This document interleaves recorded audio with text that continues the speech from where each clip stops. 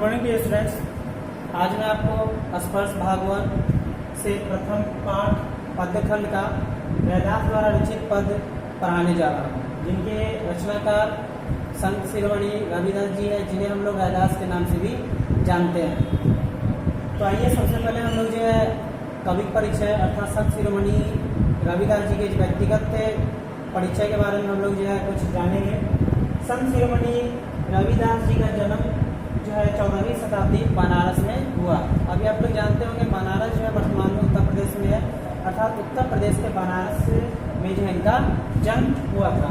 इनकी प्रसिद्धि, इनकी ख्याति से प्रभावित होकर के सिकंदर लोदी ने इन्हें क्या किया, दिल्ली आमंत्रित किया। उस समय दिल्ली में जो है सिकंदर लोदी का जो है शासन था, और उसमें जो सिकंदर लोदी जो थे वो दिल्ली की क्या थे, सम्राट जो है उस समय कहे जाते थे। तो उन्हीं के द्वारा जो है इन्हें जो है आमंत्रित किया गया था। इनकी प्रसिद्धि और इनकी ख्याति से प्रभावित हो गए। इनकी गिनती जो है संत कोटि के कवियों में जो है इनकी गिनती होती है, अर्थात इनकी जो गिनती जो मतलब कि जैसे संत कैटेगरी की अगर बात करें, संत कोटि की बात करें तो जैसे संत कोटि में आपको नामदेव, गुरु नानक देव, उसके बाद जो है कबीर जी, मीराबाई, तो ये सब क्या है संत कोटि में जो है इनकी गिनती होती है। रैदास जी जो है मूर्ति पूजा, तीर्थ यात्रा आदि पर जो विश्वास नहीं करते थे, अर्थात इन्हें जो है बाह्य आडंबर जैसे मूर्ति पूजा हो गया, उसके बाद तीर्थाटन हो गया, यानी कि तीर्थ यात्रा आदि में जो है इनका जो है श्रद्धा नहीं था। ये जो है इस चीज़ को जो है अंधविश्वास से बड़ी नज़रों से जो है देखते थे। इनका मानना था कि जो है ईश्वर क्या है, एक है, इन्हें हम लोग चाहे जिस रूप में भी हम लोग इनका जो है भजन कीर्तन कर सकते हैं। बस मूर्ति पूजा में इन्होंने जो है ज़्यादा जो है इन्होंने प्राथमिकता जो है नहीं दिया। इन्होंने मूर्ति पूजा आदि चीज़ को जो है अंधविश्वास से बड़ी नज़रों से जो है इन्हें देखा है, और इन्हें जो है अंधविश्वासी चीज़ जो है इन्हें मानते थे। इन्होंने अपनी काव्य रचना में जो है अनेक सरल ब्रज भाषाओं का जो है प्रयोग किया है, यानी कि ऐसी भाषा जिसे जो है लोग पढ़ करके आसानी से समझ सके। तो इन्होंने जो अपनी रचनाओं में जो है बहुत ही सरल व्यवहारिक भाषा का जो इन्होंने प्रयोग किया है, जिनकी रचनाओं को पढ़ करके कोई भी व्यक्ति जो है उस चीज़ को आसानी से समझ सकता है। तो अब हम लोग उनके द्वारा रचित पद जो कि प्रभु जी तुम चंदन हम पानी शीर्षक का हम लोग जो है भावार्थ हम लोग समझेंगे। प्रथम पद्यांश के माध्यम से संत शिरोमणि रविदास जी कहते हैं, उनका मानना है कि जिस तरह भक्त भगवान के बिना अधूरे होते हैं, ठीक उसी प्रकार भगवान भी क्या होते हैं, भक्त के बिना अधूरे होते हैं। उन्होंने अपने इस रचना के माध्यम से अर्थात पद्यांश के माध्यम से अपने आराध्य गुरुदेव को क्या करते हैं, याद करते हैं, और उनसे क्या करते हैं, अपनी तुलना करते हैं। अपनी तुलना करने के बाद जो है वे अपने आराध्य को जो है विभिन्न वस्तुओं से क्या करते हैं, उनकी तुलना करते हैं।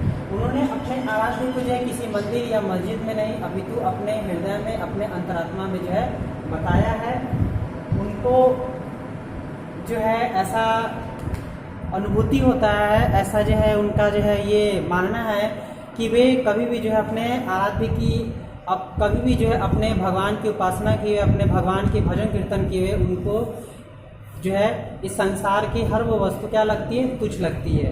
इस पद्यांश के माध्यम से आगे वे कहते हैं कि अब कैसे छूटे राम रट लागे, हे प्रभु मैं आपका सेवक हूँ, मैं आपकी उपासना करता हूँ, मैं आपका क्या हूँ, दास हूँ। मैं कैसे जो है आपकी जो है भजन कीर्तन, आपका नाम जो है लेना छोड़ दूँ। वे आगे कहते हैं कि हे प्रभु अगर आप चंदन हो तो मैं पानी हूँ।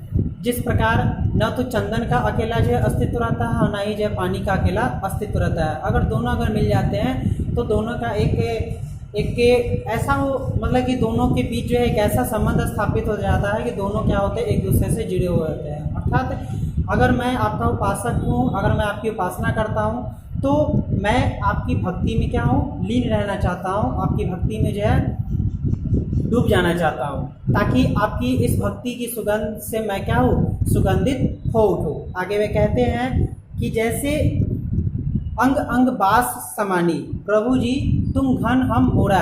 जिस प्रकार जो है मोर बादलों को देख करके प्रसन्न होकर के नाचने लगता है, ठीक उसी प्रकार हे प्रभु मैं भी आपको देख करके क्या होने लगता हूँ, मेरा हृदय कमल जो है खिल जाता है।